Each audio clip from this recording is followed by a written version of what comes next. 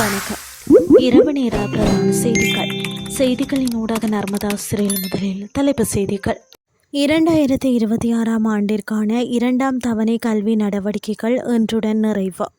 மக்களுக்கு மத்திய வங்கி எச்சரிக்கை. நடக்கும் மோசடி, பணத்தை மீள பெறுங்கள். சிதைந்தது ஈரான் புரட்சிகர காவல்படை தலைமையகம். அமெரிக்காவின் துல்லிய தாக்குதல். இனி விரிவான செய்திகள். அரசு மற்றும் அரசு அங்கீகாரம் பெற்ற தனியார் பாடசாலைகளில் இயங்கும் சிங்கள மற்றும் தமிழ் மொழி மூல பாடசாலைகளுக்கான 2ஆம் தவணை இன்றுடன் நிறைவடைந்ததாக கல்வி அமைச்சு அறிவித்துள்ளது. கல்வி அமைச்சு வெளியிட்டுள்ள அறிக்கையின்படி 3ஆம் தவணையின் முதற்கட்ட கல்வி நடவடிக்கைகள் எதிர்வரும் ஜூலை 27ஆம் தேதி ஆரம்பமாக உள்ளன. இதற்கிடையில் முஸ்லிம் பாடசாலைகளுக்கான 2ஆம் தவணை எதிர்வரும் ஜூலை 31ஆம் தேதி நிறைவடைய உள்ளது. அவற்றின் 3ஆம் தவணையின் முதற்கட்ட கல்வி நடவடிக்கைகள் எதிர்வரும் ஆகஸ்ட் 3ஆம் தேதி ஆரம்பமாகும் என கல்வி அமைச்சு தெரிவித்துள்ளது. அதிக வருமானம் தருவதாக உறுதியளிக்கும் முறைசாரா தோட்ட திட்டங்களில் முதலீடு செய்வதற்கு எதிராக இலங்கை மத்திய வங்கி பொதுமக்களை எச்சரித்துள்ளது. இலங்கையில் பல்வேறு பயிர்ச்சேர்க்கை முறைகளுக்காக முதலீடு செய்வதாக கூறி மக்களிடமிருந்து வைப்புகளை பெற்றுக்கொள்வது சட்டவிரோதமான செயலாகும் என மத்திய வங்கி ஆளுநர் நந்தலால் வீரசிங்க தெரிவித்துள்ளார். இலங்கை மத்திய வங்கியில் நேற்று நடைபெற்ற ஊடகவியலாளர் சந்திப்பில் கலந்து கொண்டு கருத்து தெரிவிக்கையிலேயே அவர் இதனை குறிப்பிட்டார். பயிர்ச்சேர்க்கை நிறுவனங்களின் பெயரில் மக்களிடமிருந்து பணம் வைப்பு செய்யும் நடவடிக்கைகள் கடந்த காலங்களில் அதிகரித்து வருகிறது. வங்கியல்லாத நிதி நிறுவன மேற்பார்வை பிரிவினால் சில நடவடிக்கைகள் எடுக்கப்பட்டுள்ளன.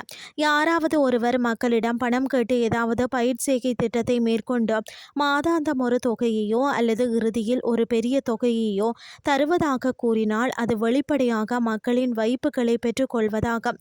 அது சட்டவிரோதமானது. அது தொடர்பில் எங்களுக்கு தகவல் கிடைத்ததும் நாங்கள் எடுக்க வேண்டிய நடவடிக்கைகளை தீர்மானித்து அதற்கேற்ற செயற்பாடுகளை முன்னெடுத்து வருகிறோம். பயிர்ச்சேர்க்கை திட்டங்களை செய்வது நல்லது. அது எவருடைய சொந்த பணத்தில் செய்யப்பட்டு வளர்ச்சி அடைகிறது என்றால் அதில் யாருக்கும் எந்த பிரச்சனையும் இல்லை.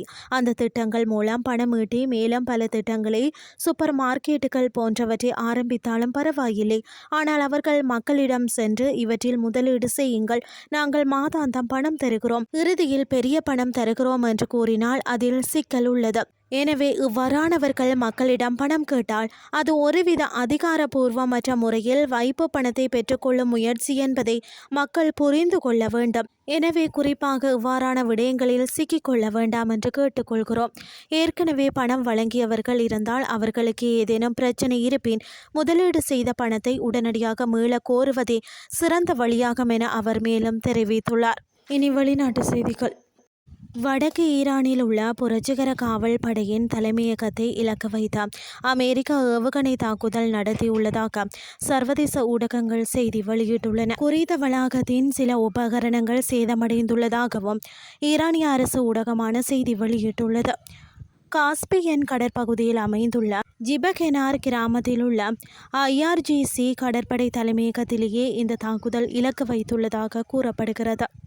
எனினும் இந்த சம்பவத்தில் உயிரிழப்புகள் எதுவும் ஏற்பட்டதாக தகவல் வெளியாகவில்லை.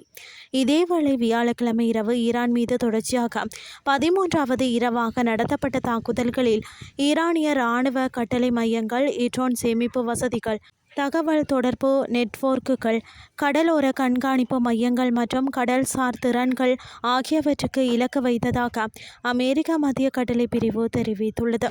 எவ்வாறாயினும் தாக்குதல்கள் நடத்தப்பட்ட குறிப்பிட்ட இடங்கள் குறித்த விவரங்கள் அமெரிக்கா வெளியிடவில்லை. செய்திகள் யாவும் நிறைவடைகின்றது.